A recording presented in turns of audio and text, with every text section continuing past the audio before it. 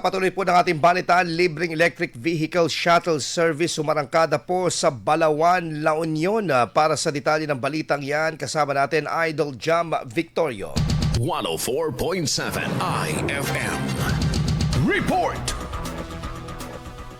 Umarangkada na kahapon, April 8, ang libreng electric vehicle shuttle service mula Balawan, La Union patungong San Fernando City at Bacnotan, isang hakbang patungo sa mas ligtas at sustainable na transportasyon sa bayan. Ayon sa lokal na pamahalaan, ilang biyahe para sa dalawang electric vehicles ang itinakda sa isang araw upang mapadali ang pag-commute ng mga residente. Magsisimula ang first trip patungong Bacnotan ng alas 6:30 ng umaga, habang isang unit naman ang may ruta patungong San Fernando City. Eksklusibo lamang ang serbisyo para sa mga residente ng Balawan, kaya inabisuhan ng mga mananakay na magdala ng valid ID na nakasaad ang residency sa bayan. Wala pang tiyak na petsa kung kailan posibleng maudlot ang serbisyo, ngunit tiniyak ang patuloy na hakbang upang suportahan ang sektor ng transportasyon sa kabila ng kasalukuyang krisis sa langis. Kasama mo mula dito sa IFM Dagupan, ito si Idol Jam Victorio. Tatak, IFM.